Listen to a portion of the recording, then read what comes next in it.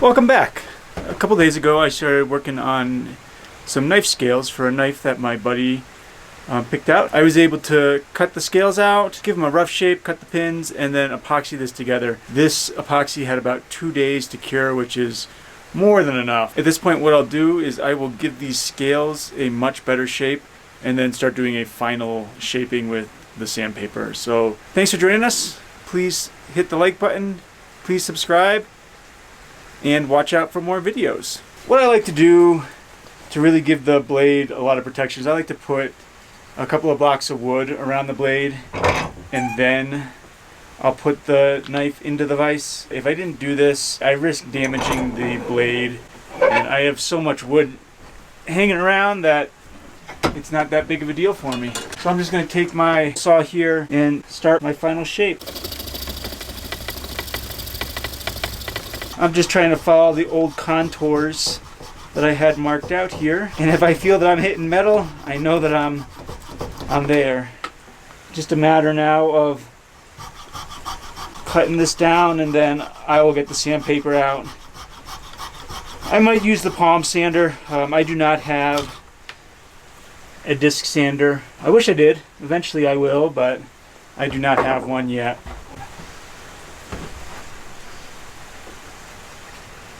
You might be able to see outside that we got a couple more inches of snow. Winter just will not give up. Spring in the high country of Colorado doesn't come until May.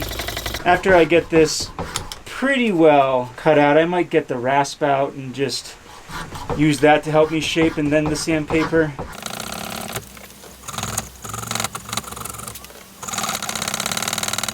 This would be so much easier with a shaper or even a disc sander, but work with what you got.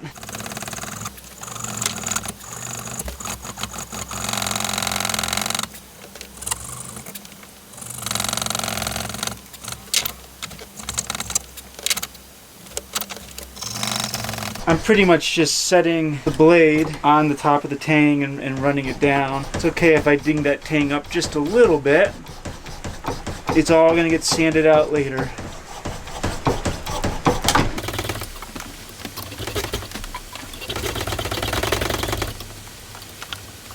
Might be time for a new blade here for my coping saw.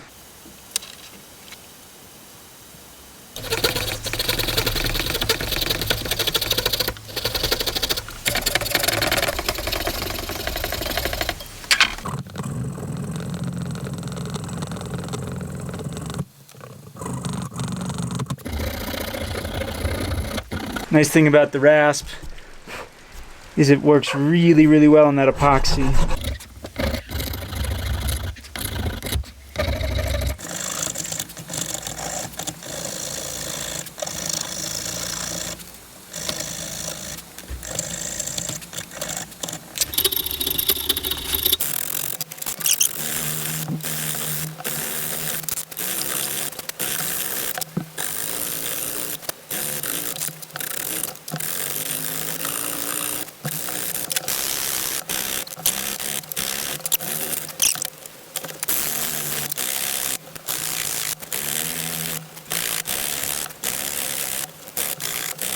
We are getting pretty close to being done with our rough shape out.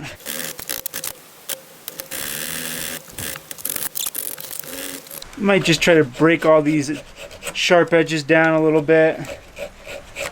It'll make my sand with the sandpaper go a lot smoother. This is looking great.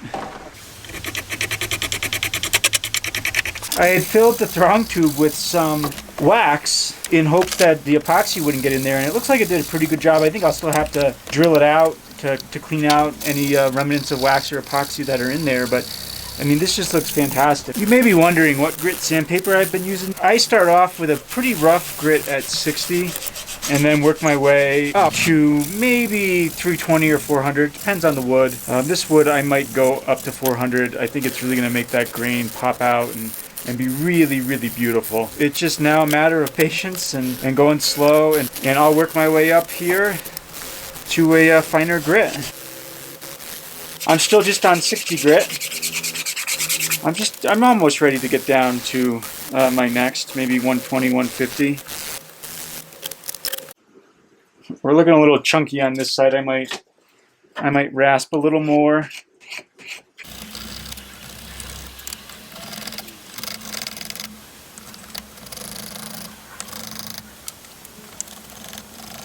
This is the first knife I've made in probably 3 years. It's since I started teaching full time. I just haven't had a lot of extra time to work on little hobbies like this. A lot of my time's been devoted to either working my second job or working on our house or working on our property. I really enjoy doing this. It's therapeutic for me. It may be a tedious task getting each of these scales to be well sanded, very smooth. Take out all the marks that I put in the blade. It's enjoyable. Sometimes you notice little details that you missed, and I didn't quite take off enough at this pin, and instead of sanding for 20 minutes, easiest to just get the rasp back out, take it down to what it needs to be, and then resand. I was a little nervous about doing the stainless pins. I hadn't worked with this stainless before, but it cut very easily. It's sanding very easily.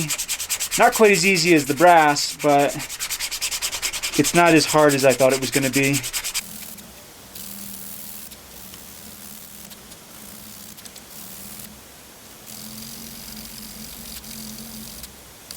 I think this turned out fantastic. Really pleased with the grain of the wood. There is some swirl marks that you noticed on the blade. I will just take some buffing compound, rubbing compound, and get those out. It shouldn't be that much extra work, but I'm really happy how this turned out. I decided I'm going to use Danish Oil on this. I've got just a little jar of it here. I'm going to dip it and then take a rag and rub it in. Make sure I've got a clean rag here. Don't need any contaminants getting into this handle at this point. It's just going to be a simple dip. Oh my goodness. That wood grain is beautiful. I don't know if that's coming out for you guys, but it is just absolutely amazing. I cannot believe the transformation that this thing is going to take. It is going to be just incredible. I really didn't expect the wood to turn this color either.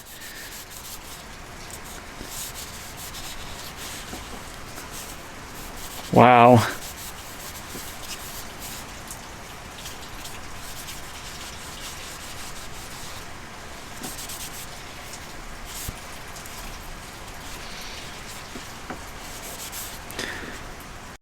I hope you guys can see what the transformation has been with this knife. Just as soon as I dipped it into that Danish oil, night and day.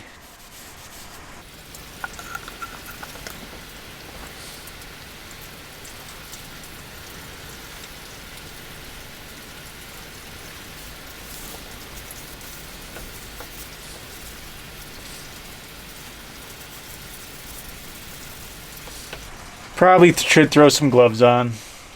Probably let this sit for a good 20-30 minutes, come back to it, give it another buff, and maybe reapply. But I cannot believe the color that this took on with the Danish oil. It is incredible.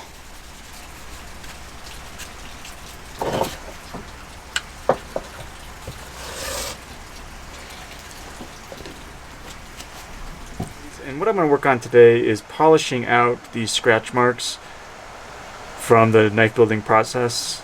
They're just from sandpaper, me messing with the tools, and I just want to clean it up before I give it to my buddy. I'll put a final sharpen on this blade and we'll call it good.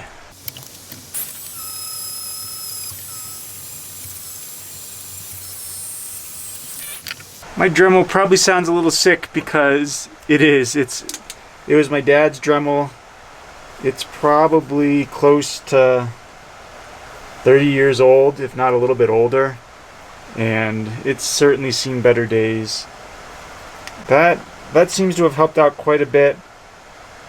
I'll do that with little bit longer. I've got a polishing disc on here and just some rubbing buffing compound, and it's done quite a bit in just that short amount of time to take out all those scratches. So I'll continue with that, and then I will work on the other side.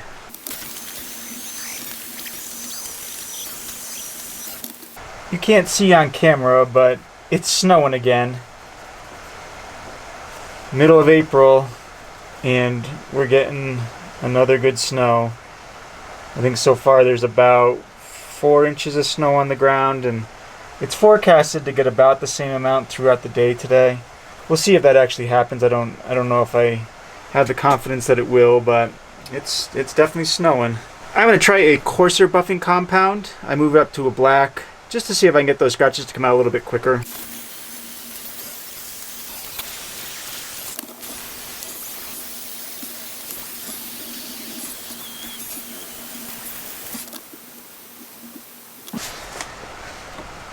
Last step is going to be to put some paste wax on the handle and really buff that out well just by hand.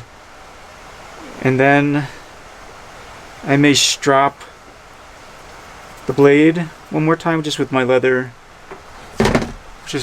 strap here, like so, to really get a razor edge on there. I think the Danish Oil is going to hold up really nicely. So I have my paste wax. I'm just going to apply a liberal coat onto the handle.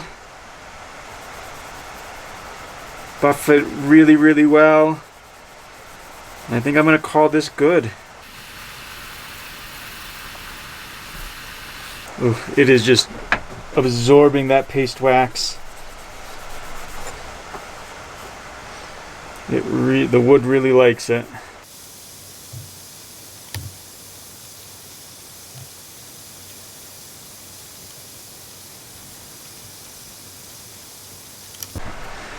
So most of the wax is actually out of the thong tube at this point, but what I can do to get it all out is just take a little twist drill and just put that twist drill in the thong, clean out any remaining wax.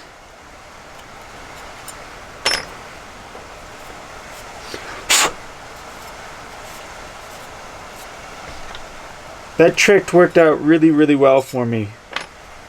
Don't know why I hadn't considered it before. But the thong was super easy to clean out. There wasn't a bunch of cured epoxy in there. It just came clean out. So next time I do a thong tube on one of my knives, I don't do them that often, but the next time I do, I'm certainly going to utilize that trick once again. It came in very handy. So I'll just strap this handful of times to give a razor sharp edge on this blade. And this is just something that I made. You can buy them commercially, but it's just a piece of leather on a block of wood. I'll put some green rubbing compound on it every now and again. I don't want to put too much on, but sometimes it just needs a little refresh, just like that. And that rubbing compound is going to buff the edge and bring that edge in line with itself, and it's going to provide a razor sharp cutting surface. When I've been making a lot of knives, my wife knows, because I generally test how sharp they are by just cutting a little bit of hair on my forearm, and I get a bald patch going there, and she makes fun of me for it, but it's an effective way to gauge how sharp your knife is by how well it's going to cut just those simple little hairs. Give this one final buff. Clean side of the rag.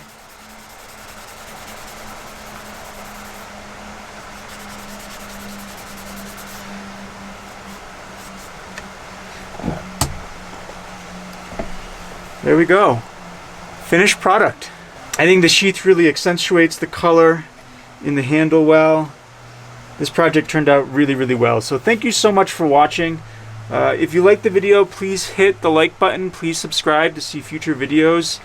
And leave comments for me down below. I really appreciate any feedback, any little tips and tricks that you might have to make my next knife go a little bit smoother. So thank you so much, and we'll see you next time.